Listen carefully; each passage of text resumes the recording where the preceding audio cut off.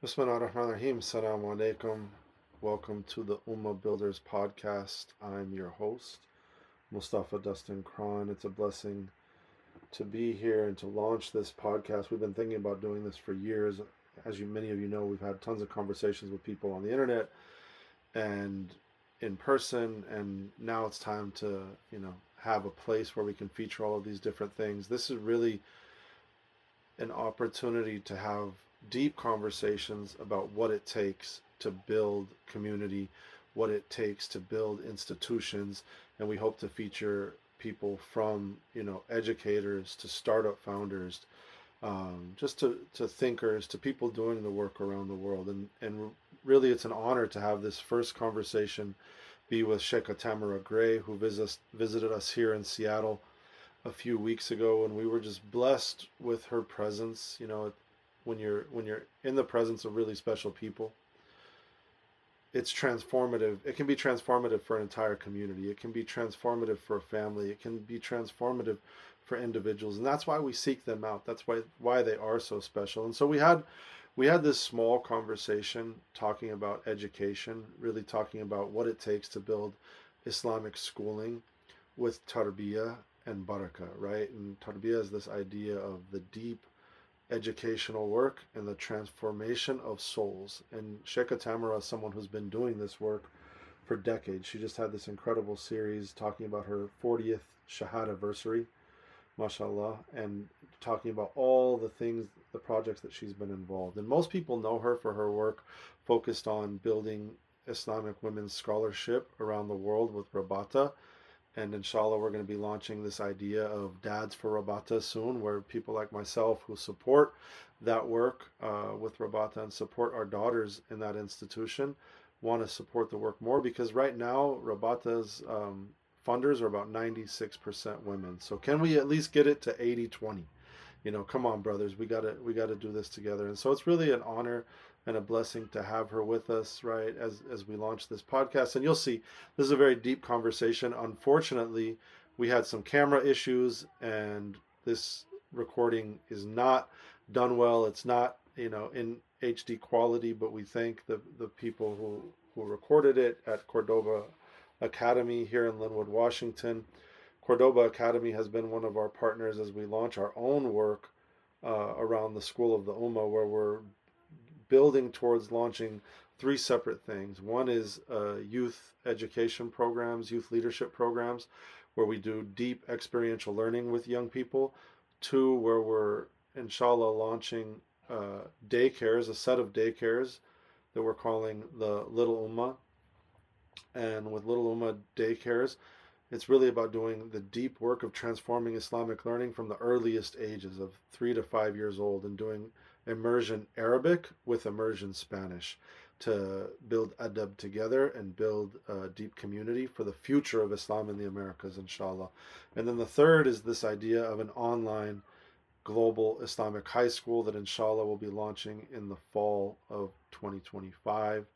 So this podcast is sponsored by the School of the Ummah and Cordoba Academy. Thank you again for hosting us at your beautiful campus in Linwood, where you can feel the Baraka and you can feel the reality of the children reciting the word Al-Latif every morning with our beloved Abdul Qadir Sheikh, also known as Imam Bazi, the principal there at Cordoba Academy. So without further ado, here's Shaykha Tamara Gray. Jazakallah. رب العالمين وصلى الله سيدنا محمد وعلى آله وصحبه وسلم. Assalamu alaikum, our beloved Shaykha Tamara. Thank you for joining us today.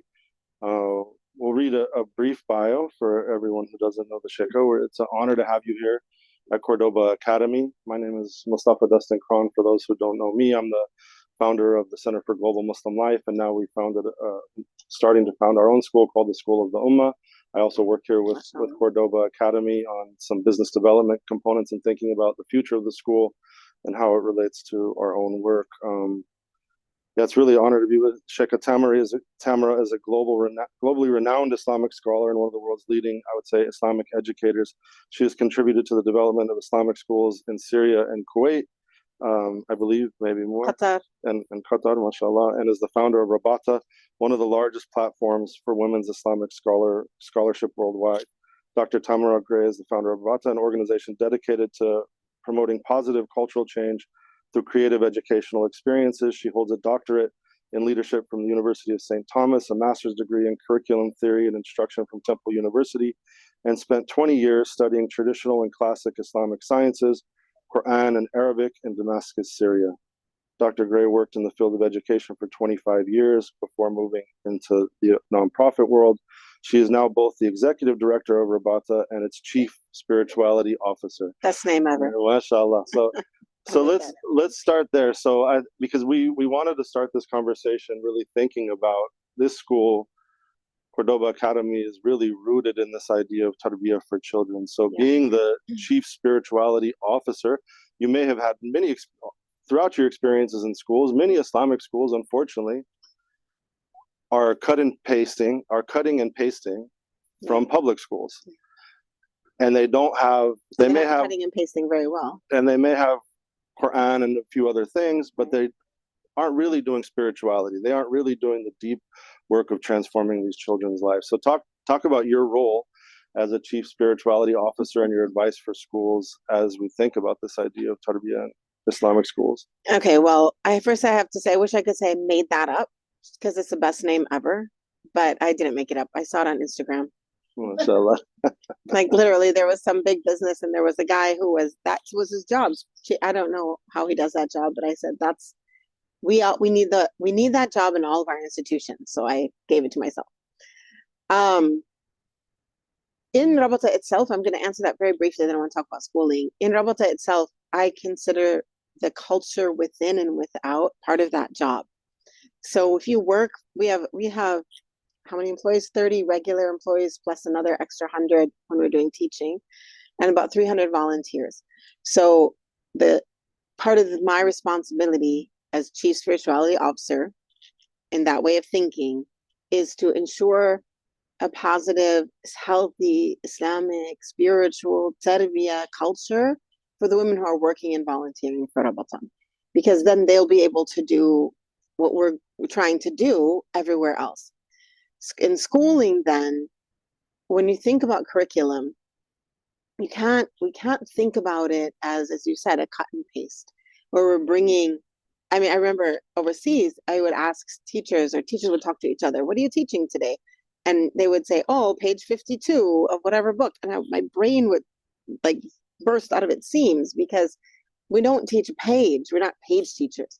And in the same way, we're not subject teachers by itself. We're teachers of a way of thinking and a way of being. And so we want to create curriculum and methodologies and objectives and goals and all of that, so that it's connected to that wider, we'll use business terms, strategic visions, where everyone has bought into that. So I think in a school, you talked about Tarbiya and the beautiful adhkar you have in the morning, for example. That's a great methodology to reach the Tarbiya of the school. And then the missing piece, it's not missing, I just haven't heard it yet because I literally had a 5-minute tour.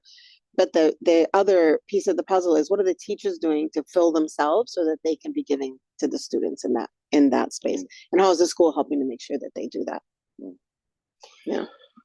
That's powerful. So let's go back then to Shaykha Tamara has had this really amazing series on her Instagram recently, where you started with, you just had your 40th Shahada anniversary. Yes, I did. MashaAllah, which is incredible. Congratulations. Thank you. And now you have a series. What's the new series on? So when I was doing I did 40 days a year every day. That was extremely both difficult. Like I would send my husband a message. What was I doing in 2004? How do you remember that? He always knows. Yeah, like he'd send me a picture, things I was doing. So on one hand, it was a spiritual process of like even that thought, like if you think about going over the last 40 years of your life in 40 days, it was really a personal a personal spiritual benefit to me. But then during that time, somebody asked me, like, what are 40 lessons that you've learned over these years? So we wrote them down, and that was it's a gift. I wrote it out. It's a little card. We printed it out. I think I have one. No, I don't. I thought I brought it with me because I have to do. Oh yeah, see, we printed it out. So mine is a little bit bent. And so we're doing some fundraising dinners around town, around the country. So it's part of the gift we give to the people who attend.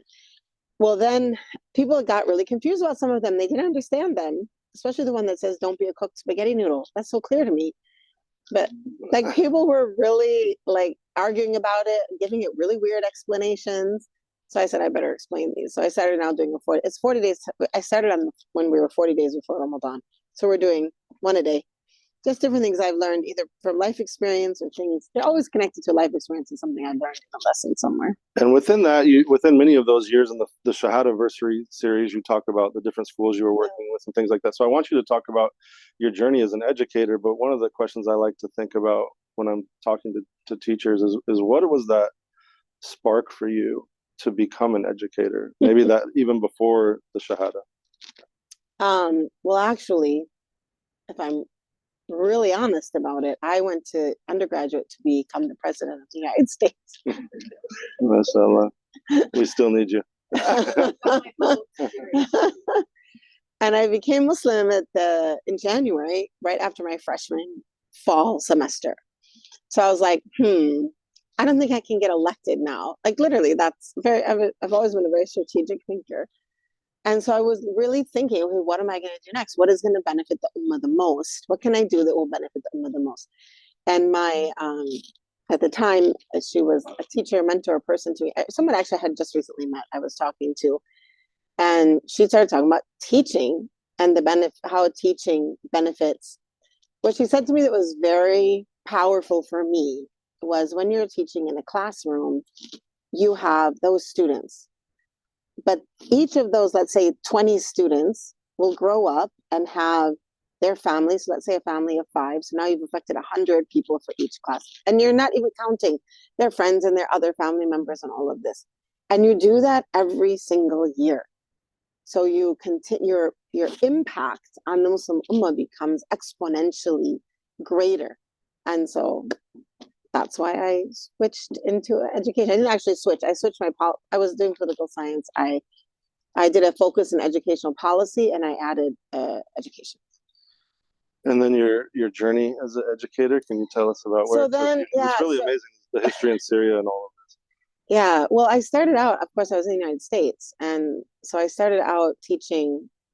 I did a little bit of my early training in public schools in Minnesota, and then we moved. So I didn't ever teach in Minnesota. We moved to Philadelphia.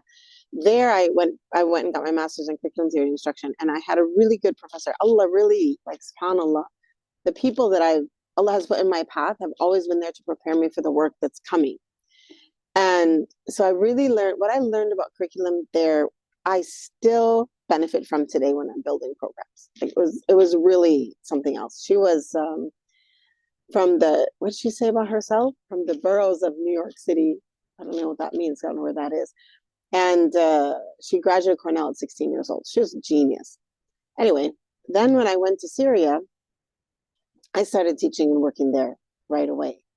If you're talking about my journey as an educator, I started out really, the first place I started working was in an institution for women who had not been able to finish high school because of life situations, whatever it was in Syria at the time.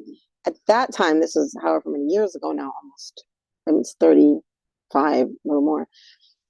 Women who got married when they were in high school could no longer go to high school. And it was common for women to get married in high school. So then they lost out on their degree or they had to do it independently. And that most young girls struggled with that. So this was an institution set up to help these young girls finish high school so they could continue and go to college. So that's where I started. And that was that experience on its own. Like I made pennies, but there was Baraka in that money because of it was just it was a great experience. And then I went to work at an elementary school where there were 80 children in the class, second grade. So your 10 is, yani, mashallah. I called it mass teaching, and I was forced upon the principal because I had this background, and the owner wanted me. She's like, there's more to this story, but I don't want to waste time in all those details. So anyway, I was forced upon the principal. Okay, so she really, I believe, to make me fail. You know, people are people. She put me in that class of 88. There were 88 actually, 88 second graders. And I had come in with all of my highfalutin ideas. Children have to use scissors, and children have to write on their own. Children have to talk. I was teaching English. They have to be able to talk so they can learn language and this and that. So, okay, go and do this in the class of 88 students, challenge accepted. So I love a challenge. In fact, if I'm not challenged enough, I'm kind of bored. So I spent that first year proving that we could get a class of 88 second graders to learn English and use the scissors. I bought 88 scissors and passed them out. I was in so much trouble. But it was great. And those challenges, like I do love a challenge. So I started with those second graders. Then I became the English supervisors. Then I started training teachers and also teaching. I always had a class to teach all throughout my years in Syria because I love teaching. Like I used to say to the owners in the last school I worked at, which was a 3,000 student bilingual school, first attempt in Syria to do bilingual work. And I heard you're trying to do Arabic. Bilingual work can be done. You have to be really seriously, you have to be believers in it, because otherwise it doesn't work. I've rarely seen it done well, but it can be done well. Anyway, so that was a 3,000 student school, and I forgot I was going to tell you about that school. Oh yeah, so and I had a lot of responsibility because I was the academic director there.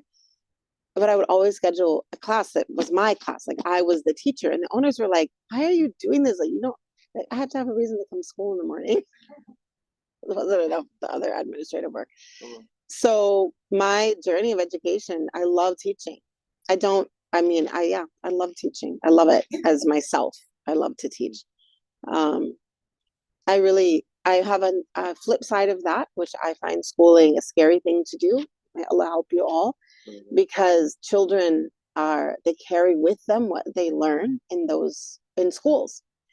And so if it's an Islamic school and they have a bad experience, they may connect that to their deen. And it's just such a scary thing.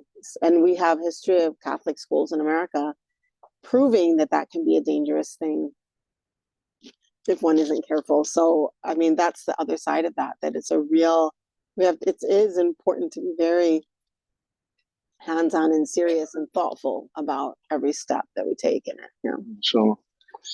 So related to that, then there's this broad crisis of education, especially for Muslims in this country, right? I would say, and the way I think about it, I start at the very beginning. We actually have an early childhood education crisis amongst the Muslims where, for the most part, we're not even thinking about it. Like the early stages, right? Like 3 to 5 years old, preschools. Where there's not really Muslim daycares, right? So this is one of the things we're thinking about is having a Muslim daycare and building that, right? And as a place where we can send our children, because we're just sending our children wherever. And I know within the movements that you're a part of, this idea of daycares was really important. Oh yeah. Well, and it was never called a daycare. It was school. It was called school. And it's been, and this is starting at what age? 3.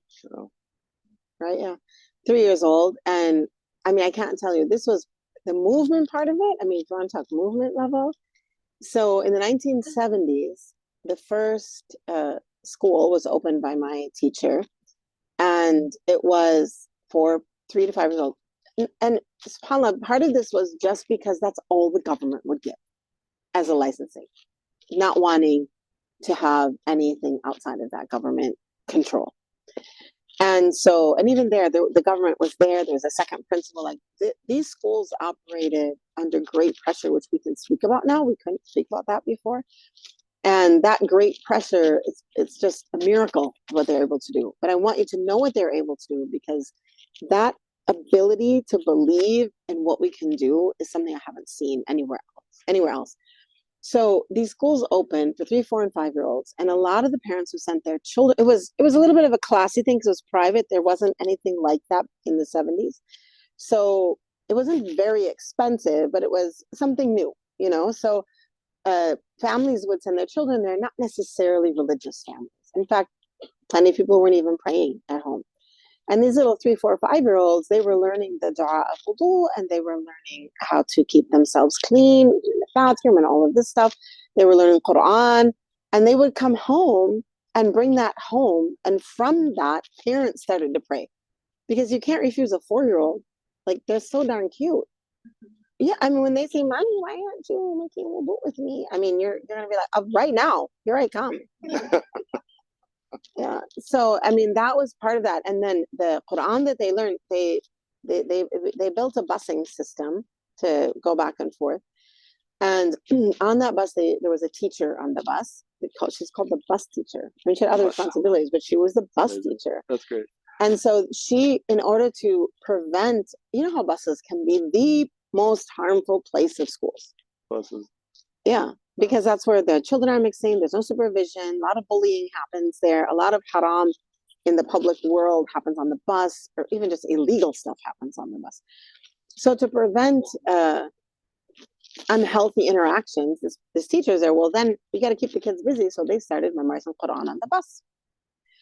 And the children, the last time I visited, the principal of that school says, after how many years they're still doing this. Do you remember how much they had memorized in that? You were with me. Yes, but all students memorize. Yeah, all students memorize. Just I'm on the bus. On the bus. On the like, imagine, you know. And the thing about that age of a child is that, khalas, honey, you don't have to teach them. I think it's a mistake, to try to teach them too much about the meanings. There's a lot of punishment and hellfire, but if they have it in their brain, khalas, then they learn it when they get older, and it can be a solid place for them. So that was very effective. I mean, really taking advantage of creative educational experiences, taking advantage of every moment that the child was with them or is with them. And then the classes were very large, because that's how it was. And even so, there would be a teacher and a helper, and just the way they move from one thing to another, it's all about methodology. So then the students were, I mean, with the 88 children, I brought in weird stuff. They didn't have like painting and scissors and things like that, but because of the systems they had learned with everything else, they all took the scissors, they all learned how to cut, they all, we did painting, that was later, but all of that stuff, so they were able to do it. So there's also I really believe in this thing of what you believe you can do with Allah's help, you'll be able to do. Children are brilliant. They did complicated plays and complicated dances constantly. Through that, the children learned an anashid, they learned how to speak in public because they memorized lines, and they were complicated. I mean, they did a whole show about a beehive, and can you imagine? And there were like 100 children on that stage, each one knowing what they're doing, and it's mind blowing, and really, amazing. Yeah. And Saragat's aunt is the principal, and still she's in her 80s now. She was a principal of that school that opened in the 70s, and our teacher sent her to Lebanon to learn how to be a principal, to go to a university there, learn how to be a principal, so she could come back and run the school effectively.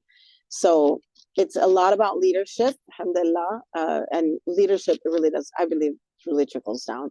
I've been to maybe 400 schools in my life. I used to do teacher training, administrative training. Like, I did that when I lived in Syria. And I saw all these schools, and the school is as the principal is, not to put the pressure on anymore, but here it comes. But really, and probably the best school I ever went to was a school in Homs, in the city of Homs, which was destroyed during the war, but they reopened now. Yeah. Yeah, I want to go deeper on this language piece and what the children can do at that age, right? Because our daughter, alhamdulillah, she speaks Spanish to my wife at home, but she wasn't speaking as much Spanish as the older girls, right? Because I'm speaking English to her, right? And so we sent her to an immersion daycare, and then we moved, and unfortunately the Spanish language schools are so full that we couldn't get her into another one. Okay. So we sent her to a regular daycare, and she comes home and says, "Daddy, they're not speaking Spanish." What? She's like, "This is boring." Right? She's like, "This is boring. They're not teaching me enough." Yeah. And so it's really because to me, especially in Muslim families where we have so many children, the older kids are teaching the younger kids many of the things that some elementaries are designed to teach, right? In some ways, right? But the idea of language immersion, I just don't get, like, if you look at a map of all the immersion schools here, there's probably 40 Mandarin schools, probably 100 Spanish schools, like in the area, probably, 15 French schools, but yet we've never focused On Arabic. on Arabic. Well, there's a new school that's a public school on the east side here, right? And Qatar Foundation is doing some funding where they're sprinkling in some very interested in Arabic. Some Arabic schools, right? But why do you think this is, and how important do you think that is for our children? Oh, it's critical. I mean, Arabic there's intentional separating from Arabic. I'm going to tell you two quick stories.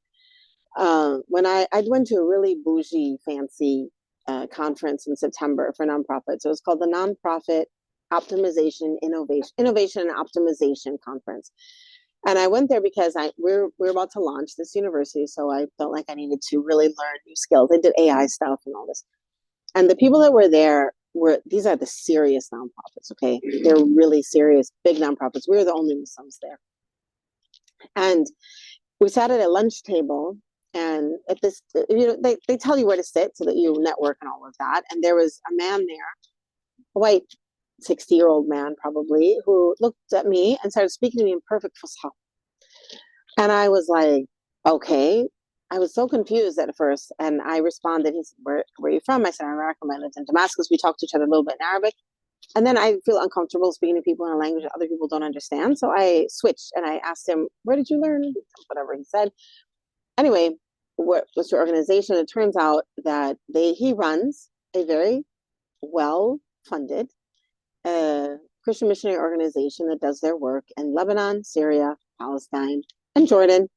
And that's why his Arabic was good, because he had learned it. And they go under the cover of businesses. So they go in as businesses, and then they hire people and whatever. So his Arabic was perfect, better than most Muslims that I meet. Muslims whine about, I can't learn Arabic, it's so hard. And then the other thing that happened to me in 2013, 2013, I was hired by a company, an American company that had been hired by the United Arab Emirates to set up the Common Core standards for the United Arab Emirates. So they wanted the K-12 standard system like we have in America, okay? And I was hired for the Islamic studies portion. And I wasn't the only one. There were some other people that were with us, but the group came, we met each other in Qatar. And so we were on a bus going somewhere, sitting next to another white 60-something woman. And I asked her, oh, what do you do? I thought she did ASL or something. She said, oh, I'm here to do the Arabic. And I was like, wow. Again, that was actually the first thing, not this. But anyway, I said, wow. And I said, oh, when did you learn Arabic? And she said, oh, I don't know Arabic. But I said, well, don't you think that might, be a little difficult to put the core standards of the whole country if you don't speak Arabic? I didn't say it like that. And she said, oh, no, I've done it a lot in English. And I have a friend who speaks Arabic. He emailed me. That's a real story. Like, that happened, if you can imagine. So there's real, there are both real issues about us as a community having Arabic stripped away from us, as well as real lack of motivation issues in our community to understand the importance of it. And we work with a professor at Oxford. Her name is Anna Maria Rafsanzadeh, doctor. And her specialty is in teaching Arabic as a second language. And her entire dissertation was about building motivation to learn Arabic language. And there are things you can do at every educational level to help move students along, but we have to be very intentional about it. For bilingual education, the way that it worked in the little village school where I worked, where it worked really well. We had students in grade 11 doing the first language English exam. It was the opposite bilingual, right? So they have Arabic at home.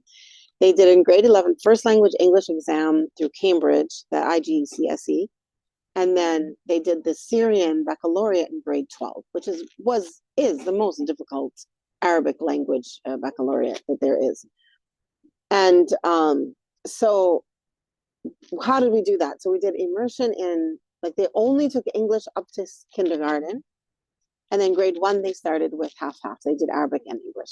And I think I saw that method work really, really well. So that's what I would suggest here, that you would do 3, 4, 5, 100% Arabic learning, absolute immersion. And then grade 1 they would go to a bilingual system to hold on to that Arabic. The bilingual system, there are classes that they take in Arabic and classes that they take in English, and you have to measure out those hours and just see. I mean, it would take some planning, but it could certainly happen. Well, mashallah. And so, and related to this, I wanted to get to a point you were making at the WhatsApp program last night that I think is really powerful, is that so much of this, I think, has to do with the intentions of what parents want oftentimes within Islamic schools, that we have the intention that we're in this country and here for our children to be doctors and lawyers and engineers. And maybe even though they're at an Islamic school, for the adab component and for the identity component, it doesn't really have to do with them becoming Islamic scholars or like knowing the religion in a deep way. And I think there was a word you used in Arabic, and I forget what you said, but you talked. Do you remember, Sheikh, where you were talking about our intentions in being here, and that throughout history, the Muslims came into a place and they came in strong. Yeah. And can you make, because I think that's part of it here, is that we're part of the reason why Islamic schools haven't been bilingual is assimilative factors. There's factors related to Islamophobia and racism, of course. And so we know that that's real, but we know for our children to actually take the baton and move it in the ways that Malcolm was moving it, in the ways that Warthi Muhammad was moving it, right? Not in incremental ways, but in powerful ways. So I have three things to say about that. First of all, I just want to say, you mentioned Warthi Muhammad and Malcolm X. So the Sister Claire Muhammad schools are a really good example of schools that did it right. I mean, they did an excellent job. They had non-Muslim students begging to come to their schools because they were educating their children in I'll call them spiritual things that were in many different categories, including a lot of Black pride, including reading Black authors, including being educated in the history of Black Americans as well as Africa. And there's just a lot that they did that grew their young people to be very confident. And so they had a lot of non-Muslims who wanted to come to their school. I'm not saying that's for every single Sister Claire Muhammad school. I'm sure that there were individual experiences, but in general, and Dr. Jamila Kareem talks a lot about that and her experience at her Sister Claire Muhammad school. So I think that's a really good example of what we should be doing when we're building schools. Understand what they did right, and then do that in the way that makes sense for us wherever we are. The second thing is, you mentioned what I talked about last night. So what I said last night is that when you look around and we look at our history and how did Muslims go out into Malaysia, into Indonesia, into the different spaces in Africa, especially West and Southern West, I guess we'll call it, and then also East, is that Muslims came and they moved in. Like they moved in with all of the confidence of who they were, not looking at the people as, are they gonna like me? Am I gonna fit in? Am I gonna be okay here? But like, you're so lucky I'm here. And then they would integrate into the community in 1,000 different levels in 1,000 different ways. But mostly they would bring forth this concept of ma'ruf and munkar. So what is our mandate? We can call it that as a Muslims, to wherever we go, to enjoin ma'ruf, what is good and khair and goodness, to enjoin it, to make it happen, to uplift it. When we see it, it's already there, uplift it and bring it forth when it isn't. And the opposite of that, to push back against munkar, which is all the ugly things, all things we all agree are ugly. The reality is the beauty of those two words is, for the most part, except for when you have what we have now in society, which is like a confusion, a very deep, an external confusion. I don't believe people are truly confused on the inside, but an external confusion. Then all of a sudden the ma'ruf is munkar and munkar is ma'ruf. But in general, people on the inside, we all agree. Like there's things we all agree on that are ma'ruf and munkar. And as Muslims, we should be bringing these. We should be excitedly bringing these forth, and people should look at us and be like, "Oh my God, alhamdulillah." You know, they're not gonna say that, but the non-Muslims should be like, "Oh my God, I'm so glad I had some Muslims move into my neighborhood last week. I know it's gonna be a better neighborhood now." That's how they should be thinking. and because of the people we usually are, very generous, more generous than any other community, highly educated as well. In general, Muslims in America are of the most highly educated community. There are some caveats to that, but we'll just speak in general. And we should be having that influence. So why aren't we? There are many layers, but one of them is this: that we're not coming. We have changed history. Maybe we have colonial daddy issues. I don't know. So when we're leaving our countries, we're like, oh, we're with our stepdad or something now. I don't know. Like, and we're trying to please this stepdad and get this fake daddy issue thing going on. Whatever it is, we need to get over it quickly and really focus. And you said something about Islamic schools. One of the issues with Islamic schools today, in my view, is that a lot of them have been set up to protect, not to grow.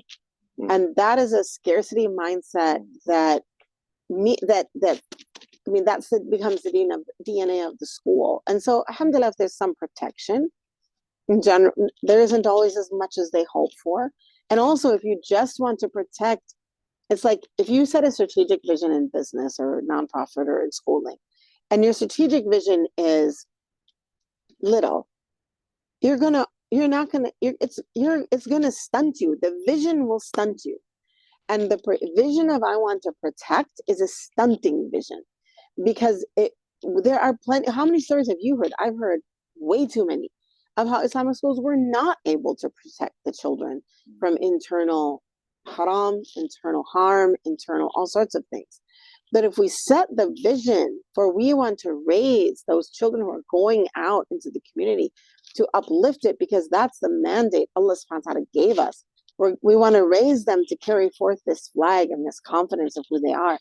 Then the quote unquote failed piece would be someone who isn't quite ready to do that, rather than this really low bar. And so that's the thing. Like when we have a school that just wants to protect, that's why it's cut and paste. They're bringing curriculum because we just want to protect. We just want to keep out that which we disagree with, but they don't understand how much they're bringing in of what they disagree with, because they didn't have the vision in the beginning to build what needed to be there. That's a whole bunch of circular talk, but I think you're following me. No, in the great classic West African piece of literature, Ambiguous Adventure, Sheikh Ahmed Rukain, he writes of cannons and cannons. Yeah. That it's not the story is about the first generation of young boys and girls going from the Quran school to the French school.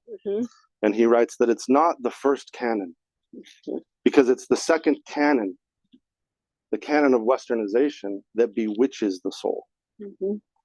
And this is what we don't get, right? And then to your point, our intention here as the most powerful community in the Americas, and the Americas being the last place of dawah on the globe, should be to transform the entire Americas. Yeah, exactly. With Islam. Yeah. And that's why they hate us. We have to be very clear that this is why they hate us. They hate us because our transformative power. This is why they're at war with us, right? And you have a very, very powerful sister, Hazel Gomez, as your board president of Rabata, as an example of a young Latina doing this work and doing the dawah. Right? Yeah. So mashallah. So I don't want to take up all the time, and I want to open it up, but I want to get to Rabata, because I think that there is this general crisis, like I said, of education that goes from earlyhood childhood education all the way to the university. And of course, the universities are literally attacking our children. Yeah. And and sorry, go ahead. No, go. I just get all up in my feelings about that. So we have there's a real, if you step back for a minute and look, I want you to just observe. I don't know what it's like here in Seattle or in Washington, but in Minnesota, which is a liberal, a blue state, it's not like the South. There's not a huge evangelical Christian community there. They're out in the small towns more so, but not really in the Twin Cities. Where we're located, there are 2 Christian colleges. And I started noticing their expansion was ridiculous. What is going on? They're buying property. I was really very quietly buying property. So I became interested in this. This is about 10 years ago when I first moved back. I became interested in this and started reading different books and different articles, looking on their websites and just trying to figure out what is going on. And from my cursory research, it seems to me that in America there's a movement happening. And this gets back to our mistake. We don't look to put out fire. Sorry, we only look to put out fires. We're never preventing those fires from starting in the first place. But at the same time that Christian seminaries are closing rampantly, like they're just not enough students. Zaytuna literally got their property because a seminary closed. They're closing just one after the other. Even Hartford Seminary, the only way they were able to stay open is by bringing in Muslims for chaplaincy. So Christian seminaries are closing. We understand there is a loss of interest in Christianity to a degree in this country. We see the evangelical movement. That's a different conversation. But what is expanding exponentially? The small Christian colleges that offer secular topics, but in a Christian environment. What is this? This is your middle class, go to church on Sunday, Christian family that wants to protect their young people from the academic left. What you just said about attacking young people. And because it is a secular, the academic left is so highly secular that anyone with any faith, it's not only Muslim, anyone with any faith is seen as suspect and will be pushed into pushing that aside to write papers in order to get the grades that they want to get. So the ability to go to a Christian school, for example, changes that. And that literally was one of the reasons that we're now starting this university, to have that space of what we can do. But absolutely, this country is, there are things happening. There are changes happening here. The knowledge economy is different. Traditionally and historically, academia moves very slowly, very slowly. I'm talking about universities and schools. Everything moves very slowly because there are financial things involved in that. The homeschooling movement has affected elementary schools, but not enough to really have a heavy effect. At the university level, I don't know. Only Allah knows how quickly or how slowly that's going to change, but it's changing. And we need to be aware and thinking about, because right now, if we stay with our attitude of, what are they doing so we can copy it? We're going to end up very much behind and not preparing our young people for the future that they need just to sustain. And that shouldn't be our vision. Our vision should be that they can impact and transform. Yeah. So speaking of transformation, then I think Sheikh Mendez was talking a little bit last night about this story of how you came to the U.S. and you wrote about it because you had to. You had talked about it to flee the war, and then you were looking for jobs, and maybe not. Even though, mashallah, one of the most talented, highly educated sheikhs or sheikh amongst the sheikhs or sheikhas in our community nationally, getting rejections. But then that rejection led to the opening of what Rabata is now. So, and really, I think the importance of the historical movement that you're a part of, but also the work globally with Rabata is transforming women's scholarship globally, creating this huge online, and your PhD is in online education, correct? Yes, my dissertation. My dissertation. Right. It's on digital leadership, actually. Right. Okay. So talk then about this vision, how you've grown it, and kind of where you're going with this idea of the university. I know that's a lot, but I can switch it down. Yeah. So first of all, that job thing is so funny that so I moved here. I'm here until I think I'm only going to be here for 5 months, and I'm still in the 5 months. And so I think I'm going back, and then I quickly realized that's not true. I need to find a job because I did have savings, alhamdulillah, but I mean, not a lot. My husband also hadn't found a job, and all of that. It's the difficulty of leaving when you're not ready to leave. So it was very difficult. I didn't know how to even apply for things. I mean, the whole internet world in 2012 to me was really new. I knew how to do email, but even that I wasn't adept at it. So I applied at our local Islamic school to teach. Now the thing is, I give a lot of grace to people. They didn't know me for Joe. Who is she? The principal was my friend. And she was like, how do I know you're not just going to leave when the war stops in Syria? And I was like, I also couldn't give her no, I will for sure stay. So, she didn't hire me. She did let me come in as a substitute for a short period of time. I am grateful, because had I been hired at a school, that would have been my life. I make things my life. I mean, that would have been everything I'm doing. And then I tried to work in masajid, and they were like, no. So, like, I tried to be, I can't believe things I tried to do. And all of that was to put me in this position where in September of 2012, I was like, what am I going to do? Like, I had cleaned my house, mashallah, many times. And I was like, I can't keep doing this. Like, I just can't. What am I going to do with my life? And I had gone on this tour in July and August. It was Ramadan. And I had visited 69 cities and given 69 talks. I came here. This is one of the places I came to.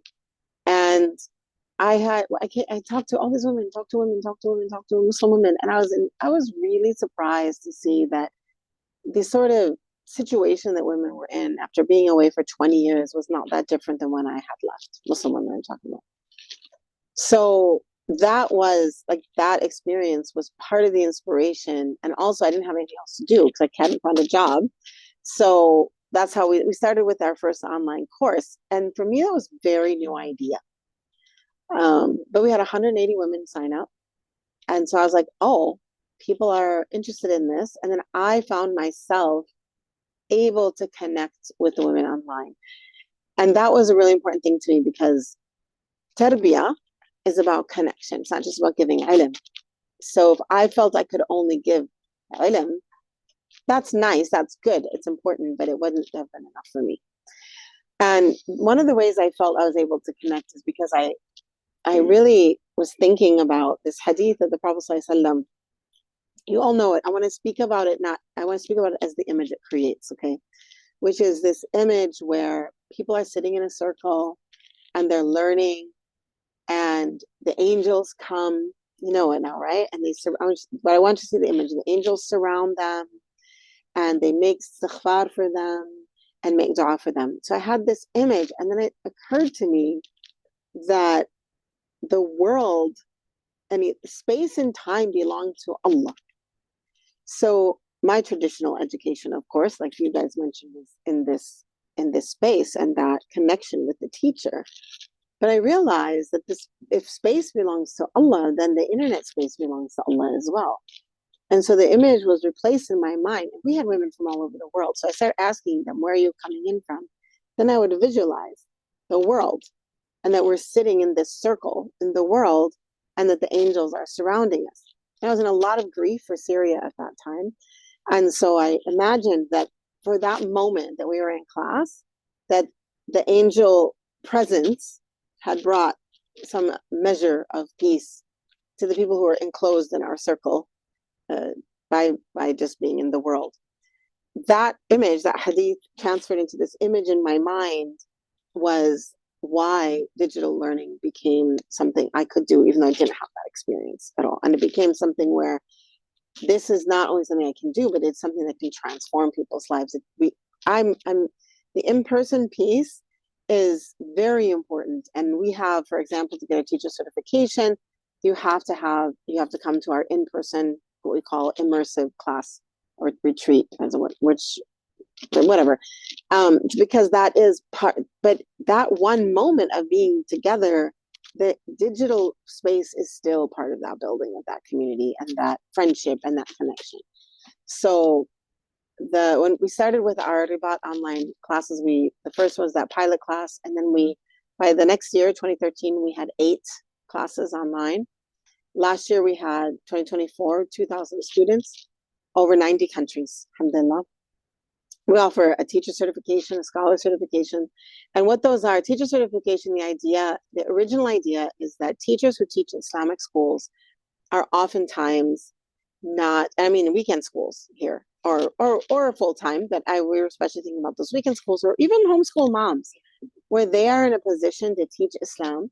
They don't have any teacher training at all. And sometimes they don't have real education in Islam either. They're doing their research, but they haven't really had background. So we created a teacher certification, 2 levels, where teachers walk through the classes and then they do a graduation.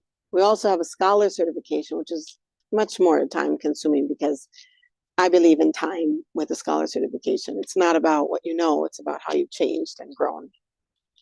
So we still have those heavy ijazas and all of this as well. And the morphing or the next step that makes sense to me is this idea of university. It's a college, but because we're global, I say Rabata University because in England, the college is a high school. So it is a 4-year bachelor's degree. Inshallah, with the word university, one day we'll have masters and PhDs, but for now it's a 4-year bachelor's program. And my point here is that people can come and study organizational leadership and development within like a Christian college. I mean, within Islamic epistemology and spirituality. So they're learning that secular subject in an accredited, affordable university, and then they can bring that forth back into the community. That's the purpose of it. That's a very short, I jumped you from 2012 to now. Alhamdulillah, now Syria is free, so alhamdulillah. Yeah. Well, and then talk about the K through 12 curriculum components that you're working on. I know we printed some. Yeah, so this is what we offer right now. And so I thought it would be good for you to know that so you can tell us at some point along the way. So our vision, we don't have a school for K-12. We have some programming. We have some programs, Dragonflies and Rabatines. We consider these supplemental to whatever children are doing in their community. So Dragonflies is a 6 to 12-year-old boys and girls program. We focus on ethics and heart work for 6 to 12-year-olds. And like I said, we consider it as supplemental. And then our Rabatines are just short little we call them mini masters. And we do like stuff the Rabatines are interested in. Those are just girls. But our focus and our vision of what we want to do as an organization is like what I'm here doing with you today. Is support the schools that are doing the work, support the teachers that are in the classroom, create educational materials. And that's inshallah in a couple of years. We have some now, but like really be that place of support. And so we are hoping to create what schools need. We're actually in the market for a K-12 lead right now so that we can fulfill that vision. We don't have someone in that position right now. So if you look at what we have though, that's available already at Rabat, which is our online academic program, we have a Rabat teacher certification. And that's what I already explained to you. We do work with schools who want to bring all of their teachers to do that. And we could also do a shorter thing. We have a methodologies class, and we also have, like, depending what the teachers in the school wanted to do. We do professional development through Rabat Academic Institute, different types of professional development. We do incubation. We've done incubation programs. And what that means is that people want to start nonprofits, but the skills are easily transferable to schools that are working to be like sustainable and independent. And then we have standalone courses, like it says here. And Mentorship Matters is one of the classes that teaches us how to work with people. And the youth programs I mentioned, we have the Rabatines and Dragonflies. Those are what we're doing directly. We see those more as outreach to the women who are taking our other classes. That's not our focus. Those are not our focus programs. We love them, but we love them as how to support the women in our programs. Does that make sense? Yeah. And then Daybreak Press. So at Daybreak Press, that's our publishing arm. We do have 4 books. 3 are novels, and 1 is a nonfiction, creative nonfiction, I guess. Sorry, this is missing 1, but so it's missing 1. You can write it in. A Drummer Girl is a children's book. If you don't have it here, I mean, it's a children's book about a little girl whose father helps her. One of the stereotypes in the world is that Muslim fathers are, bad and abusive and all of this stuff. So in this book, this little girl wants to be the one who drums to wake people up for suhoor in countries where they do that. And her father's like super encouraging. It's actually based on a true story. And then we have 3 novels, Pieces, which is here. And that is a novel about mental health and challenges of mental health in the family. That's a really good book. I actually really like this book. And we do have a teacher's guide that goes with all of these. So that's the teacher. This would be like a classroom novel that everybody could read, probably 5th to 6th grade, because it does deal with PTSD, the father, and how the family is managing that. This book, the family happens to be Muslim. The focus is not on them being Muslim, but it would be a good. I wanted this book to be in public schools, and it is in some public schools, alhamdulillah. Sophia's Journal is a book about American history, where a girl does a time travel thing, and that also has a teacher's guide. We also have the one that isn't here called An Acquaintance, probably too old for your school here, but just it's more for high school age. It's about a young girl who is goody two shoes, does everything right, lives in small town America. She's, the list of what it is to do things right, she does, and then Jason shows up. And of course, because because we're Rabata, it's not your typical ending. So it's a good ending, and it's a good struggle that she goes through to think about. When I say it's a good ending, I mean it's a dini ending. But it's about the struggle. Like, it's about her thinking process and her family, and how she loses her friend, and how she almost loses her family, and like the stuff that is real, that really can happen. And it's a really great discussion point. Not probably for 6 and under, but still, that's probably why it's not here. My Prophet Myself is brand new. Look for it right before Ramadan. It should be coming out. This is a 9 to 11-year-old book, and it is really adorable essays about the Prophet's examples in the Prophet's life and in the seerah of the Prophet of courage, of trustworthiness, of ethics, of different ethics and values, with the ability for kids to think about that together. So these are some of the things we're trying to do. Our K-12 teacher aids that you might like to download, these are all free on our website. Leadership and Legacy are built units. They're units are around Muslim women in history, and we do have what is called the lower level, and so in there you'll find materials and things like that for an elementary school. There's an upper level as well if you have very advanced students and you want to use some things that are a little bit more advanced. You could take a look at those. And then our Women's History Month stuff is more just posters, and Africa is not a country. I talked about it last night. We built 53 really fun cards and posters. You could download those to teach children about geography and how Islam entered the country as well is there, and different kinds of things. And then we do coaching and training in the future. As soon as we hire this person, inshallah, we're planning to also offer school leadership mentorship, some group training for educational staff, and she'll also be building educational materials that schools are saying that they need. So that's what we're doing. Amazing. So I want to open it up, but I wanted to say my plug, right, which is that, we love Rabata, we love the work that you're doing, and we want to encourage everyone to support your work. We know that if we are going to get our children off of university campuses where they're being beat up by police and told that they can't say the word Zionism, then we have to build our own universities. Yeah. Literally, that's the task that's in front of us. And that's a new problem. Like, we have all the other problems that go with it. Yeah, exactly. And I had a call with your development team, and we were strategizing, and one of the things that came from that was saying that we need men for Rabata. Yes, we do. And saying that the men need to support female scholarship and women's scholarship and leadership. And so however I can raise my voice for that, I'm 100% behind you all.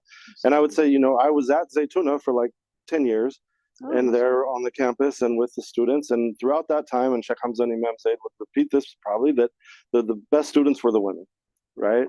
But the difficulty is they graduate, and where do they go? Yeah, exactly. And so the men also have to do the work of helping open up those positions for the women when they're the leaders, when they're the better students in the classroom. My vision is that every community as communities hire imams, they will also hire a female resident scholar. That will become the norm, that a community has an imam and a female resident scholar. And then that's just something that is needed in community and of course we need to provide the graduates. So we're working on that so that there's somebody to hire, because there hasn't been a lot of people to hire, but certainly Zaytuna, anybody who graduates from Zaytuna could hire for such a position. Exactly. So any questions from the audience or reflections, ideas? Yes, Sister So you Farzana. mentioned about this inferiority complex that we Muslims all have. Yeah. We are always trying to not, we're not as confident to show the amazing that Islam is. I'm an elementary school teacher, but what steps do you tell us to do to inject that confidence in the students? I see it when they go out of here, they're trying to assimilate. Mm-hmm. Well, I think it's worth it to do some research about the Sister Claire Muhammad schools, because they were really good at what they did in raising confidence in their students. That being said, what like sort of regular educational books about raising children with confidence say, and so we could just paint that with an Islamic brush, are things like making sure that they can see heroes that they want to be like. So that includes companions, it includes later people. Nana Asma'u is a great, then that the leadership and legacy download would be helpful for that, because all just want individuals that did really wonderful things. And then learn how to teach those stories in with that focus, so that you ask the question, do you think she felt confident? Maybe she didn't feel confident, but she acted in a confident manner because of mission. That's the second thing, is to teach children have you ever seen that book? It's a really old book, Stephen Covey's Leadership in Me, Leaders in Me, something like that. It's really old. That has some really nice things. It's worth it to grab it from a library or a used bookstore or something, to look at the kinds of questions, just to glean from there the kinds of questions we can ask children to help them see themselves as someone who can be a leader, even if they're afraid, even if they don't feel confident. But because the whole thing about being a Muslim in society and not having daddy issues or inferiority complex, colonial daddy issues, is that we begin to understand that we can have confidence or bravery. Bravery is not being afraid to do something and doing it anyway. And when we are brave and wise, because we don't want bravery with rash that's not rooted in ibadah, rooted in knowledge, but we can give children those ways to think and those steps to go through when they're, and give them practice in bravery. So I guess maybe that's the third thing. A lot of I guess books that talk about raising children who are leaders and things like this talk about giving them experience in that. And so you might have them go somewhere where they're going to speak, or have all of the different like exhibitions you might have where the children would be showing something and they have to talk about it. Every time they have to do that, that is giving them that practice that they're going to need to talk about something else. I don't think it should always be talking about Islam per se, but talking about something that they've learned that they can share. And then the school that I said is the best school I've ever been in, which is the one in Homs. The principal there kept a record of how many students that were able to speak and how they grew in the 6 years, so that by year 6, everybody graduated with the ability to stand up and speak to an audience and talk about something and be able to do that. She also kept a record of their Quran memorization, for example. And in grade 6, they all memorized Surah Al-Baqarah. So every year, there was a different surah or a different section that they memorized. And so everybody left grade 6 with Baqarah. Quran gives children success. In the literature, success gives children confidence.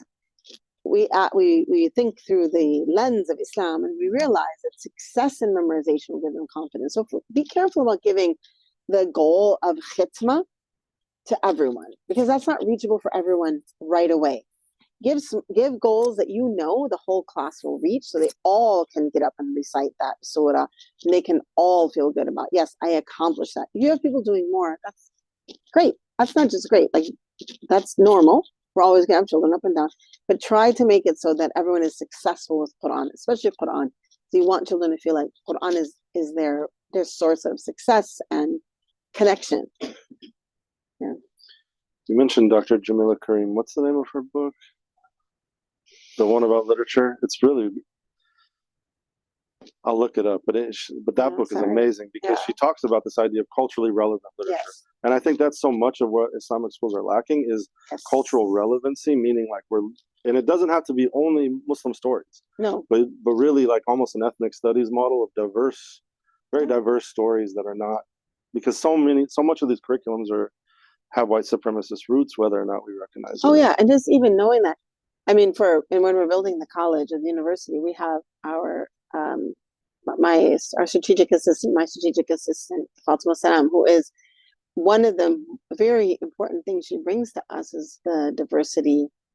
What is it? Diversity, inclusion, DEI, and diversity, equity, inclusion. But from an Islamic lens, right? So like really remembering that we have so many different communities that have had scholars, making sure that we're studying from different scholars, not only, we want to know the famous people. We need to know who they are. I mean, they're very important, critical scholars of our history. We also need to know others who have contributed from the Indian continent, from the African continent, from Malaysia and Indonesia and places like this. So this is part of what we're doing as we're building curriculum. Yeah. What is the relation of parents from the perspective of this hadith of the Prophet Sallallahu Alaihi Wasallam, where he said that it is the parents that actually give the identity of the children.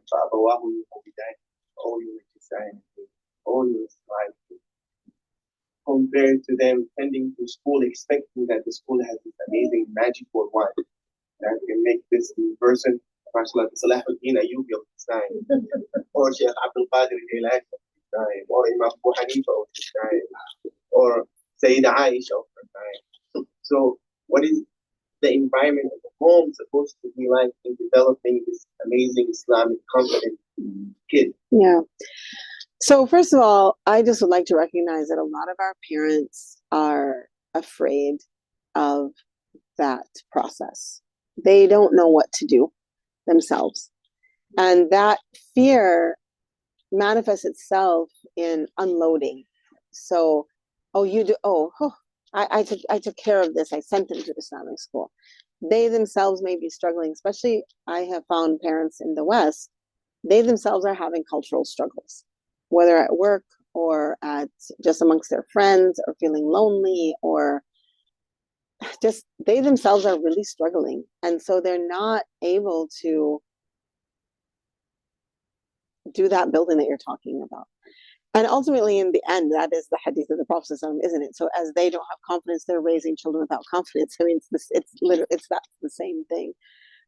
So what can the role of the school be for that? I think we can do parent enrichment programs where we help parents connect. I mean, like the school I talked about in Syria, the parents had nothing to do at the beginning, and still until now, some families, nothing to do with the environment that school was trying to build. But the little 3, 4, 5-year-olds were able to bring some of that home. And then some of that parent enrichment was and is that parents are invited in groups. So too many children to do everyone at the same time that you could do in a school like this. You could do everyone in Kuwait. I was just in Kuwait where they had something for the children. Now there's a lot of money to make this beautiful stage, but you don't need a beautiful stage. Just the kids are cute for the parents. And just to have things that teach the parents. So to enrich, I think the word enrichment. So we want to enrich the parents. We want to help them see everything we do can be that thing that just by keeping them in mind, sometimes just by keeping the parents in mind, instead of thinking of them as, why aren't they doing what they're supposed to do, but how can we support them to do what we need them to do? And really even letting them know what that is. And always remember that parents are human, and you've got financial issues, financial struggles, religious struggles, marital struggles, family struggles, and it's not, people are struggling. Our community, we're really struggling. We have multi-layers of problems and issues. And so I think the school should be a healing place, or at least a place where we're making an attempt to help the parents in that one role of seeing their child and letting the children see their parents so they can really have a good relationship. It's not easy. I'm not going to be successful with every parent, but it's not, it's complicated. I mean, that's why we work with adults. I mean, why did I start with adults? Because I didn't know how to do, like, how do I do children? How am I working with children? And the adults are floundering in a sea of doubt and struggle and yeah. There is this alignment. Mm, the school has this amazing vision that they want to produce this amazing, righteous youngsters that will be promoting the ma'ruf that we talked about. And inshallah ta'ala becoming shields of preventing the munkarat. And then this alignment takes place at home where the parents are not in alignment with vision. They're sending here their kids because they're afraid of something that's taking place in the public school that they're trying to push minor things.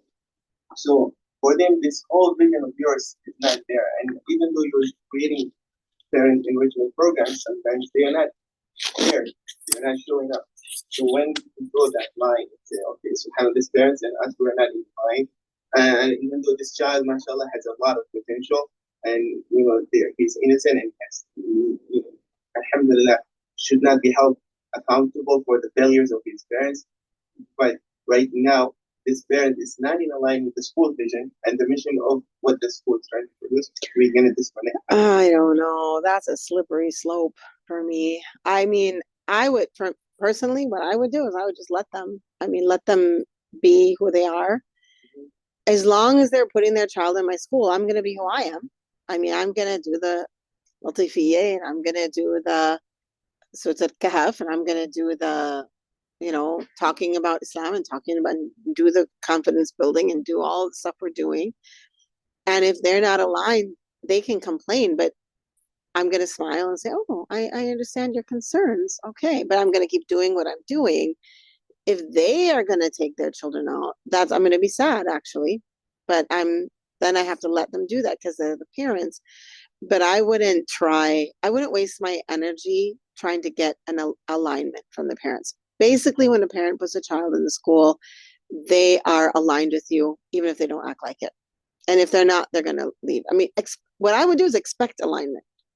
And if they're not aligned, just move on. That's what I would do. Just because you have limited energy, like what can you pour the energy into the teachers and the students and, whoever puts their kid in here, you don't know. I mean, imagine if I was the child here, you think my parents are aligned with this vision? I mean, my parents aren't even Muslim. You know what I mean? It's not and people change and they might be going through something. And I think we need a lot of compassion for parents. I really do. It's a rough world out there and people are going through stuff and yeah. A lot of your programs this weekend are focused on converts, right? And so I wanted to touch on that here also, that, because our older girls, they had a really terrible experience with like Arabic programs in San Diego, right?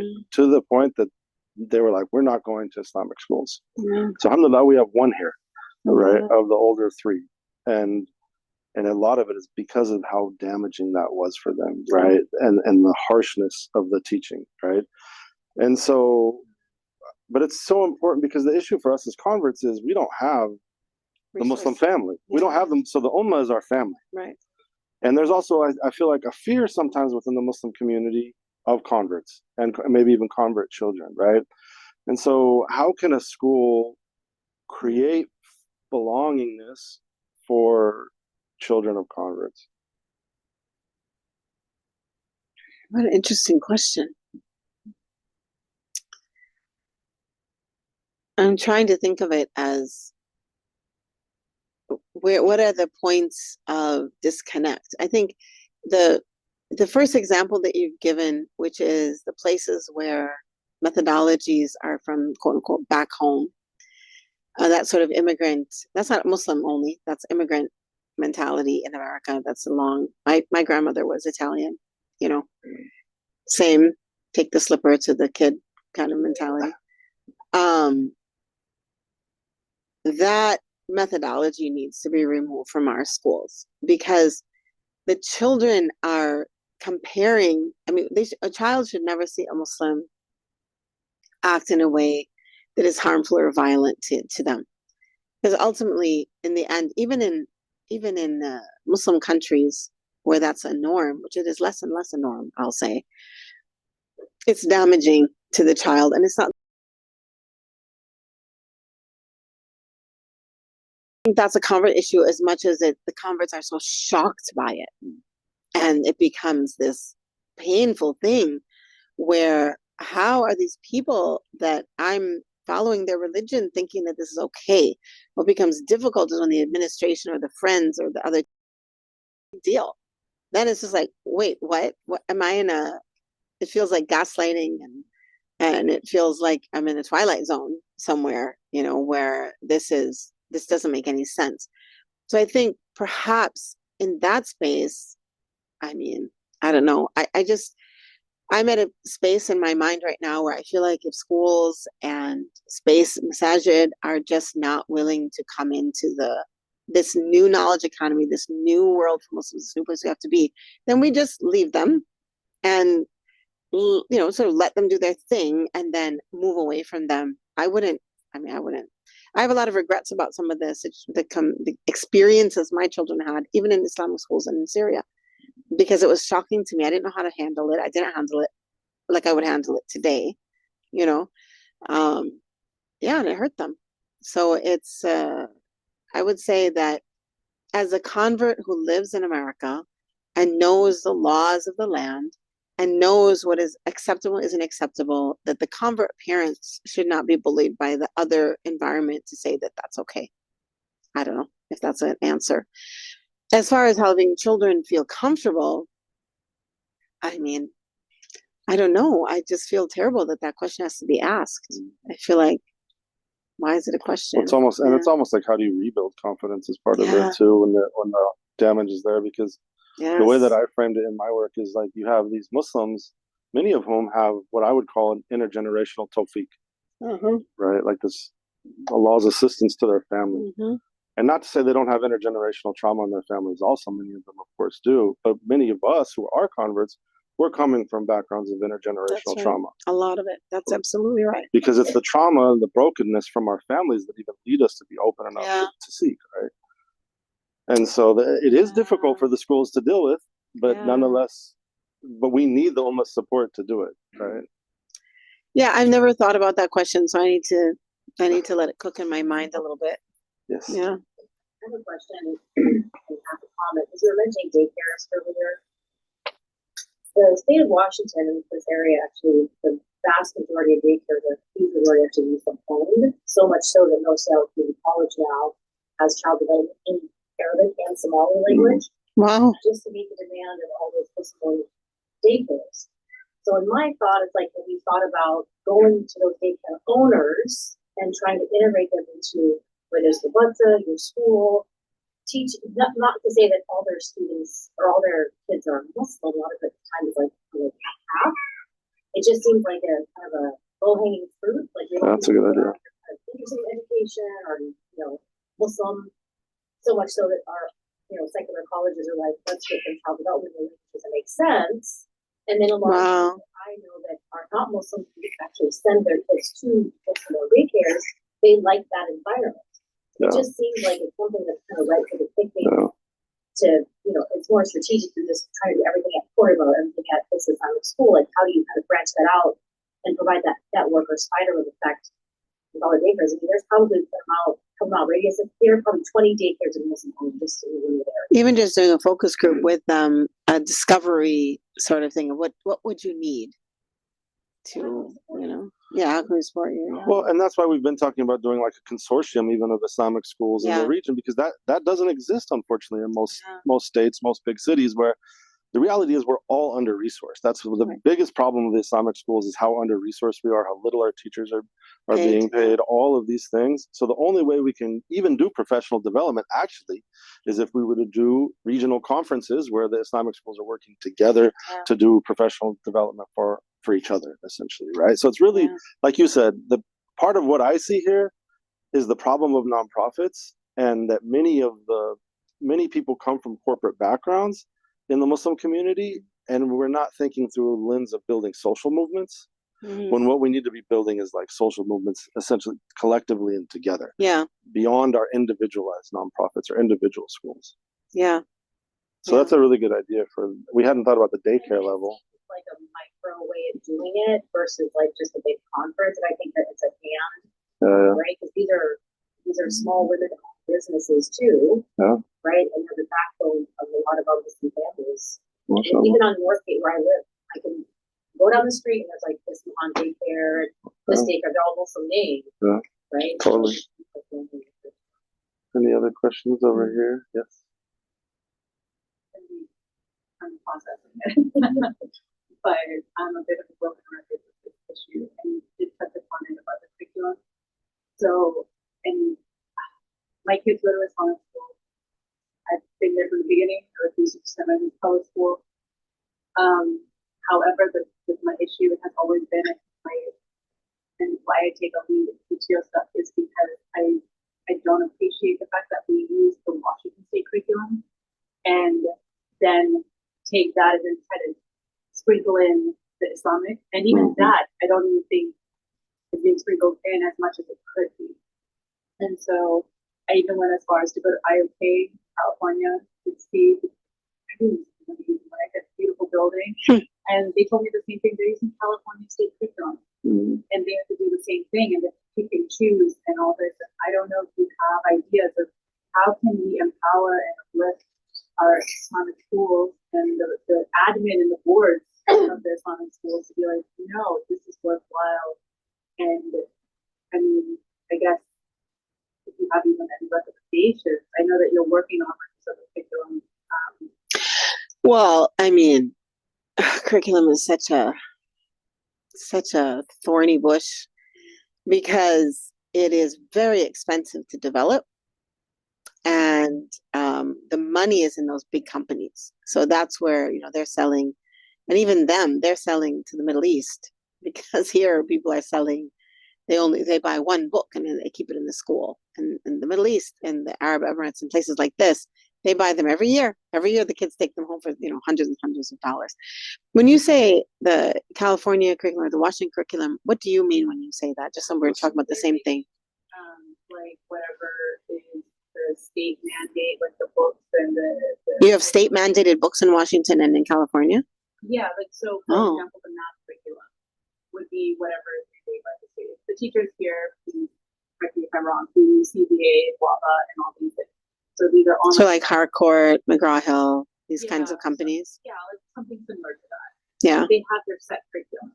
Yeah. So the only thing that I've seen that, and usually again, like me, the parents who get the books in the mail, and I open the books and I think about it, I'm like, why are these certain things being taught to my kindergartner, and I have to bring it to the admin board, like, if you go through the books. Yeah. And the teachers don't know until they open it up. And I don't. Yeah.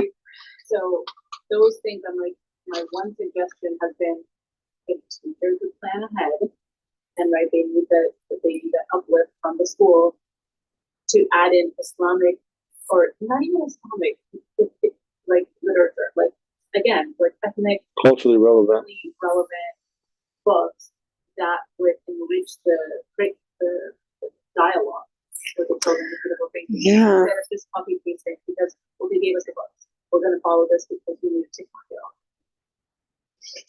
So I know states have different laws, so I'm not familiar with when you say tick mark it off, if that's something that the state requires or no, because in Minnesota it does not. So that's why okay. My big picture answer to you, no, understanding that there might be some details in different states that would have different requirements, but it could still be handled in a similar way, is that what it sounds like is that there's been zero curriculum development at all. In general, Muslims and the engineers and doctors that start schools don't understand that curricula is a whole field and that it's not a book. So what is needed is curriculum development. And that would be what that would look like. And the very basic, we could do it very complicated, but a very basic, simple curriculum development would be, hello school, summer comes and now we take all of the books for that school. Let's say this one, grade 1 to grade 6. I'll just for ease, and you separate them by grade. You need to have, like what I did when I ran a school, the curriculum in the school, is I would set my writing, without the books, my writing goals and reading goals, mathematics goals, language goals. I only did English subjects, so those are the subjects I had. But if I had other subjects like social studies goals, I would set not just content learning, but skills learning for each grade. So now I know what my goal is for my students in this school.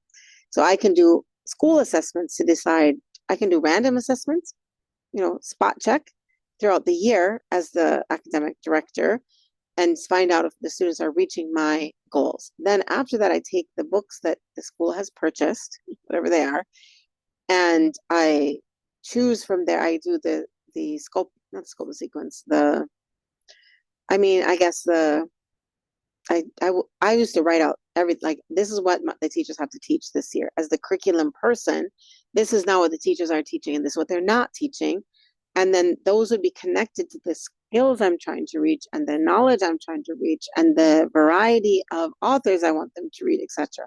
What isn't included in that material, then I would do add-ins either from the library or I would bring in novels. Usually by grade 3, 4, you want to bring in some novels for them to read, at least 2 in the year. So then I'm choosing authors and choosing, obviously in an Islamic school, I'm choosing books about Muslims because I know that's not what they're reading in their books. And we need to have curriculum development. Like curriculum development is a school's development of what will be taught, how it will be taught, and to who it will be taught. And once that is in place, then you can trust, and there's someone walking around making sure, doing the follow-up with the teachers and responding to teachers' concerns and when they're falling behind, blah, blah, blah, that's happening. That is an essential part of schooling that for the most part is missing in Islamic schools, to my knowledge. I could be wrong. I mean, obviously I'm not in every school.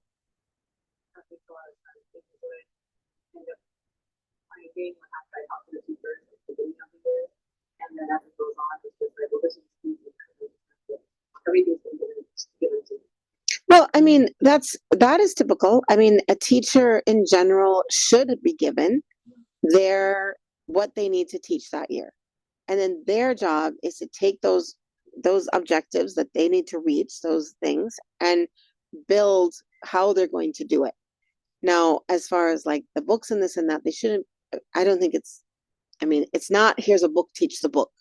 Because if the teacher is given a book and told to teach the book, they haven't gotten any guidance at all for what the school's goals are. And so if the school hasn't set up goals, then every teacher is teaching what they teach. And you don't know if the 3rd grade is going to the 4th grade, what they know. You can't say, because that teacher has emphasized what's important to her, what's easy for her or hard for her or whatever, with no fault to her because she had no guidance.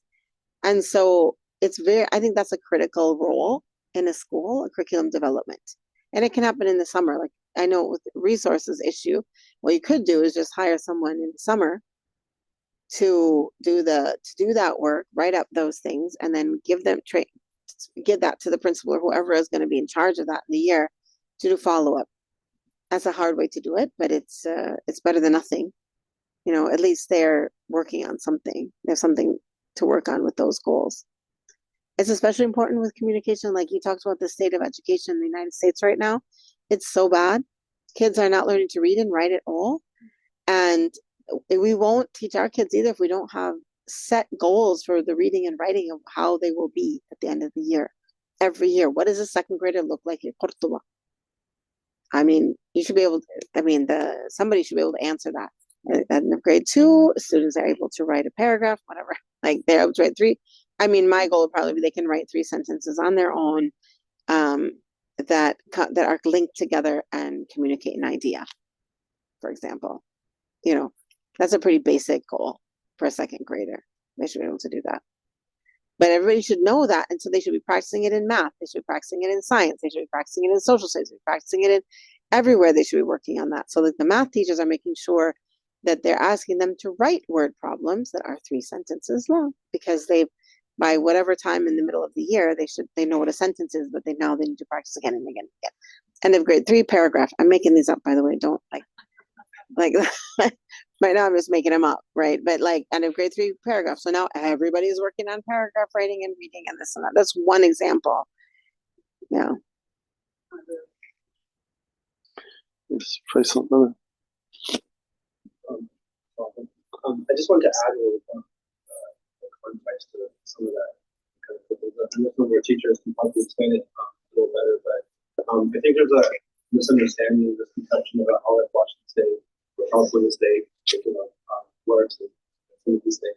And we heard a lot from parents, we heard a lot from other people who aren't in this space doing it, that there's one kind of curriculum, and it's kind of like indoctrination that this is what you're teaching and you check it off. It doesn't really work like that. They have a plethora of curriculum that they've approved, and we have our teachers and our team that go through those every year. They find what they feel is the best and the suited, and yes, they do take and choose like from them, but you're not always like it's not always necessary to recreate the wheel every time. Like for example, like certain lessons like science and those types of things. Right? And so I just wanted to add that that it is a their standard is really that there is no standard. They have like some check benchmarks that they kind of spread across the whole state, but then it's up to us to like figure out that what you just said, what's the second year look like at the end of the year versus the beginning of the year. So something like that gives us a lot of flexibility to inject what we want to do. And I think providing guidance, because sometimes we've had a lot of teachers, we all have different styles. Some need more guidance, need more like something to do, like to prep around it. Some are a little more creative. But something that it does work well. But I do we do feel the need of like Muslim developing our own curriculums.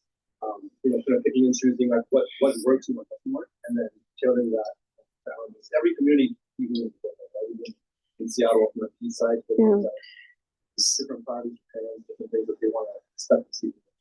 Yeah, 100%. So I just want to clarify what I'm talking about. There are two different words here I hear us all using, so I want to make sure that curriculum and curriculum materials. So I was talking about curriculum, and I feel like we're a little bit talking about curriculum materials. So those are quite different things. I don't know any curriculum materials that are in what you're talking about.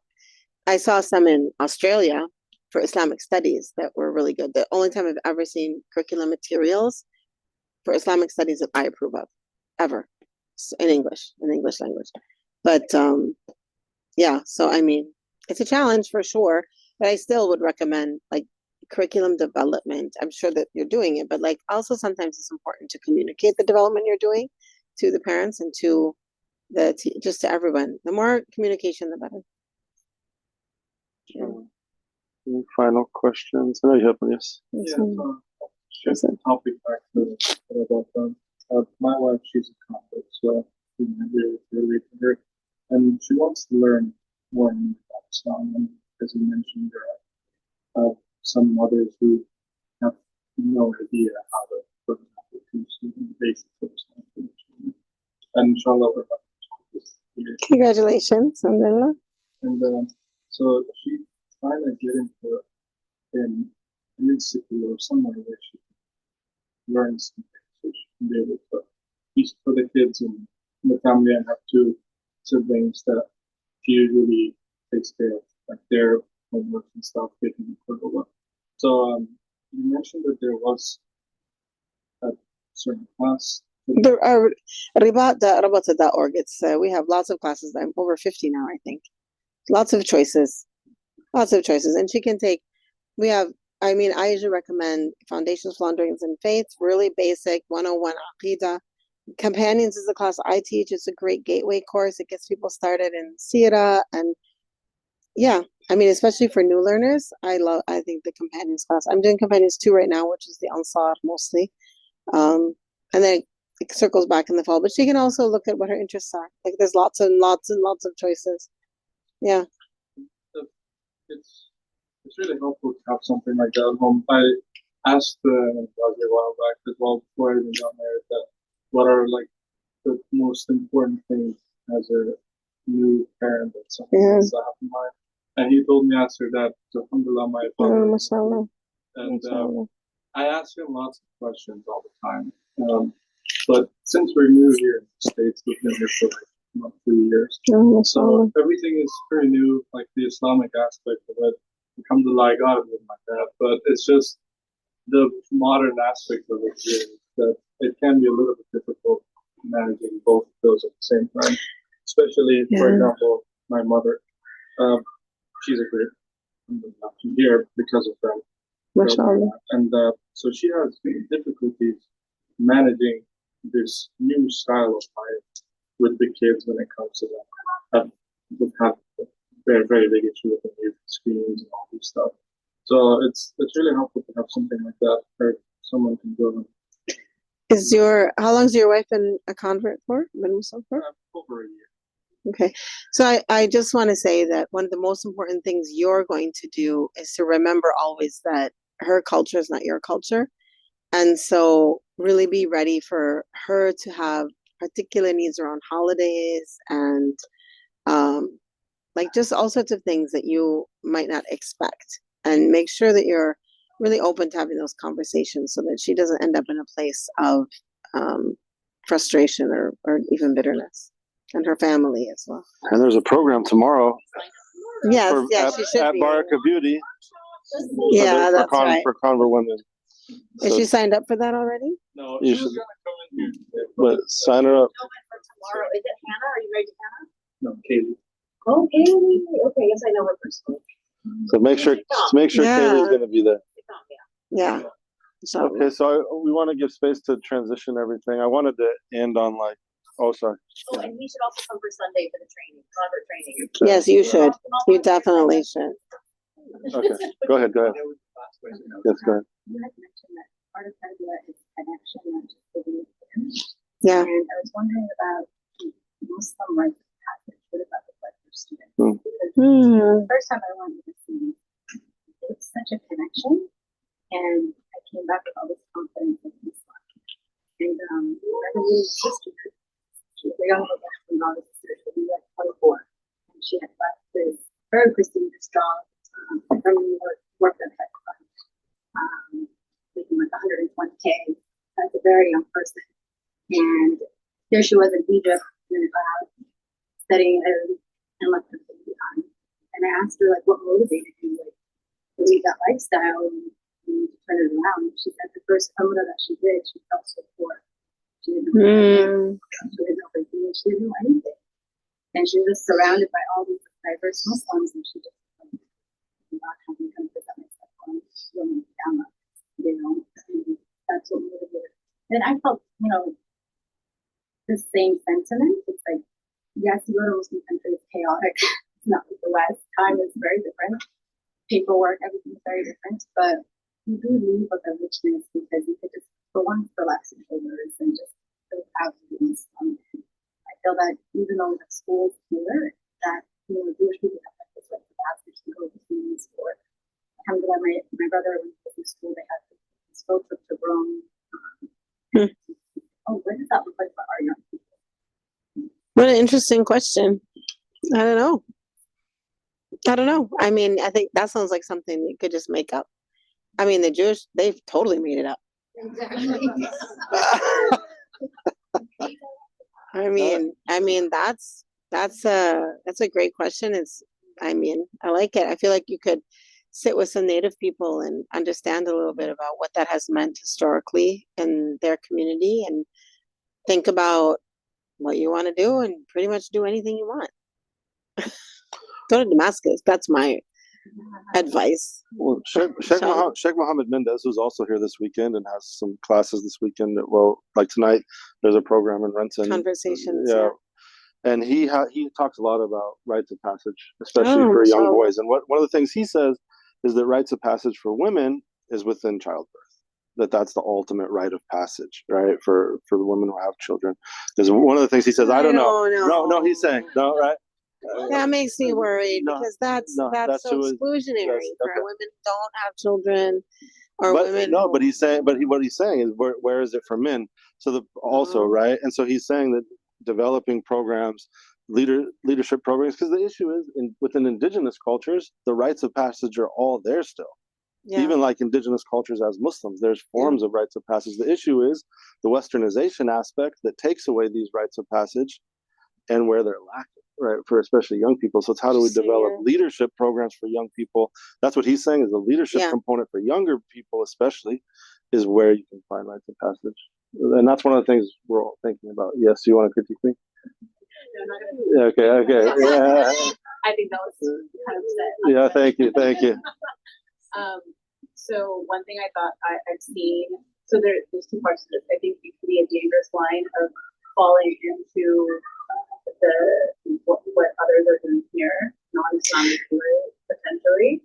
Anywhere, like people having kind of having a Sweet 16 and going all out, right? Well, I thought of something though. So can I jump in, or you want to finish first? Finish. Well, no, I was just gonna say it was like the idea of how we have like at times of when Salah, like the 7-year-old having their Salah parties and like those things, and like going on when boys and girls reach puberty. Like, I mean, I feel like those can be done anywhere. Kind of like what you were saying, that we create them as we go along within our cultural. Totally. In Syria, so I thought of something. In Syria, two beautiful things that they used to do. One is every summer there would be Dawrat Quran, okay? And then the end of the Dawrat Quran, there was a party, and everyone, I mean, especially the ones who did a really good job, they wore crowns, and if they finished the Quran, white robe, we do this at RCC, white robe, a crown on the head, this whole idea of creating ritual around something. And so in this case, it's the Quran, learning the Quran. I'm imagining that we do that for Hajj too. So when somebody comes back from Hajj, we invite them to RCC, we put them on the stage, and we sing for them, and we talk to them, we let them talk about their experience a little bit, and then we have food. And so, I mean, I think it's a really good question, and I think it's something that we think about a lot because we're always talking about culture, but it's a great thing for everyone to be thinking about. I haven't thought about it in this word of rites of passage before, frankly. So I have to do some thinking, but I like it. I love it. Well, and maybe there's a curriculum that's like leadership and rites of passage that can be developed where you have many ideas for what rites of passage look like for different age groups. And I like the idea of Quran parties and these things. The Shaykh. And I have one last one too, but go ahead. No, you go ahead. No, I asked too many. You go. No. Okay. The only thing that I you mentioned earlier, and I'm happy to hear that we have a lot of amazing, talented Muslims, with amazing resources as well. True. But the painful, sad reality is we haven't developed, which we said, like a proper Islamic environment for our children, subhanAllah, where they're still being influenced by the society and the culture over here. And most of the family members who are well off, subhanAllah, most of the funds, subhanAllah, are not also being put into those areas that are supposed to, subhanAllah, develop and mold and develop curriculums, mold their children, make them upright. So challenges of underfunding institutions like Rabata and many others, right? How do we overcome that, especially with so many Muslims, with all the funds under there? And we're so generous. For us at Rabata, what we did is we went and got, I am a certified fundraising manager, certified by University of Indiana and the Lilly Philanthropy, whatever it's called, Society. Lilly School of Philanthropy. Yeah. And so is Afsha, our development director. So that education taught us a lot. And it taught us something that is inherent Islamic thinking, but it's shows in the research. And I want to just say too, we taught us a lot. It's a whole certificate, but two things I want to say. One is I flip that question all the time. I don't think we should be our community is absolutely research-based, the most generous community in the United States. And that's why there's interest in us, and why the Lilly School of Philanthropy is interested in Muslims studying philanthropy at University of Indiana. We are extremely generous. So we know that's not an issue. And however, as organizations, we feel entitled to Muslim money. And that's a bad attitude. That's not the right attitude. We have to know and understand that one part of philanthropy, and there's like, let's talk about, what's your name, sister? Ikran. Yeah. So let's say Ikran is a multi-millionaire, okay? As a multi-millionaire, she still has to choose, inshallah, Allah Kareem. And so she still has to choose where she's going to put that money. She can't put it everywhere, because if she does, she's not going to be able to push forward whatever Allah has put in Ikran's heart that is important. And so one of the things you learn in this very secular certificate that I got is that people who are not interested in the work you're doing should not be part of your fundraising work, because you're not giving them value. Now, in an Islamic lens, how do we look at that? Because, well, they should be interested because it's Muslim. Well, hold your horses for a minute. I personally don't give a dime to masajid that have that have spaces for women I disapprove of. That's the end of that. And I mean, I'm not a multimillionaire, so nobody cares or knows, but it's still part of my field of where I want to give my money. So Quran, in my example, where she's a multi-millionaire, if I'm coming to Quran, I want to know about you. Oh, Quran, are you interested in university education? I'm just gonna, for the sake of now, you are, okay? So you are. So now I need to share with her and find out, is this something that will bring value to you? Like, you're going to feel like you're fulfilling what Allah is calling to you to build by donating to Rabata University, okay? Or K-12. Let's say K-12 is what's really important to you. So we have to learn how to do development work, how to interact with donors. I'm literally traveling. Like, this is a Seattle stop. I'm not doing actual fundraising here, but literally this is a stop in between. I was 10 days. I went to Dallas, Houston, Austin, Charlotte, Raleigh, Orlando, and Tampa in 10 days doing development work. And literally, like, it's not, you can't go to people and make them feel like you have a right to their money, because we don't. And they have to feel like if they give, for me, again, not a multimillionaire, at my little $100 that I give some in different places, which I know is very valuable to different organizations, especially when you do crowdfunding. That's a great thing. But I want to know that that money is not going to be lost or wasted with people who don't know how to run an organization. 80% of our organizations are not run efficiently. Is there an amount? That's a made up statistic. Are people watching the money, knowing exactly where every penny goes? And are they very transparent about it? I mean, people who are very frugal with their money and don't. I met a woman in Qatar, mashallah alayha. She raised $12 million for Palestine last year. Her name is Ustaza Dalia. You can see her on Instagram, Dalia Ayub. And that's her raising money. But her money, she denies herself stuff because she's like, this or give money to Palestine. So if you're talking to people who are denying themselves things or choosing to give to you instead of do something for themselves, it's their right to do something for themselves. The only thing that's not their haq is zakat. Everything else is their right, yani.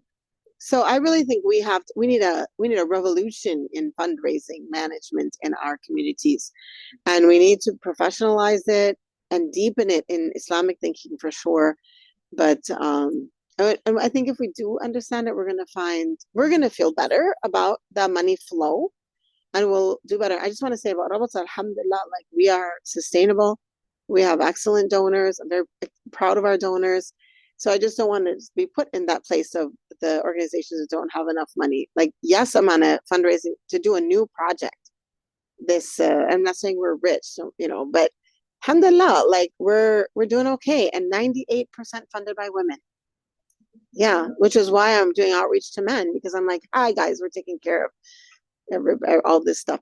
And lots of times that's because men don't know about our programming. Again, I don't feel like I have a right to anybody's money, but I want them to know so they can be fulfilled by giving us their money too. Inshallah. So yeah, like, let's get positive about this and understand, not have scarcity mindset. There's plenty of money in the community. it can come to us when we present what we're doing. And really, I loved hearing about, if I was a Quran with the multi-million-dollar stuff and I heard about the Tafiyah here, I would be immediately interested in donating that. So you need to talk on that, seeing that you're different than elsewhere. So, those are things to think about. How are we approaching people? Get certified. Go to University of, it's an online program. Get certified. It used to be a special deal with the Muslim Philanthropy Organization, but they closed, unfortunately. Okay, well, I think we're gonna wrap. I wanted to ask one last question. We don't have time? No? Okay. Quickly. Sorry. Thank you for your generosity. I'm fine. Thank you for being here. This is fun. Thank you for being here. Yeah, we have Jummah coming up, but I wanted to end on like a really hopeful, inshallah, note, because I had my mother, Mary Cron, may Allah have mercy on her. She passed 10 years ago, and she was a master teacher, and she was a daycare teacher, and she had the babies, and so they called her the baby whisperer, right? Mashallah. And so when the week she was passing, I had this really intense dream about her, and we were like in Mecca, and I saw she wasn't a Muslim, but we were in Mecca, and I was chasing her in the dream, and I was chasing her, and she was running. I was like, "Where are you going, Mom? Where are you going?" And she came to this door, and I was realizing that she was going to pass in the dream, right? She went through the door, and it closed on my face, and it said, daycare. Ya Allah. And so, to me, what this is a reflection of is that was her door to Jannah, inshallah. Ya Rab. Ameen. Ameen. And so, to me, that's how I think about this work, is that education and being an educator is a door to Jannah. And so we thank you, and may Allah accept from you all of your work, and may that be one of your many paths, inshallah. But I don't know if you have reflections on this idea. I think that's beautiful. Mashallah. Mashallah. Allah. Habibi Arab. Yeah, taking care of all those children. It circles back to how we started, that the roots of our community are in the little ones. And anything that we can do to start filling them with the light of this faith is going to be good for us and good for them and good for every other project that we're doing. Alhamdulillah. Thank you all. Thank you, everybody. Thank you. Beautiful story, mashallah.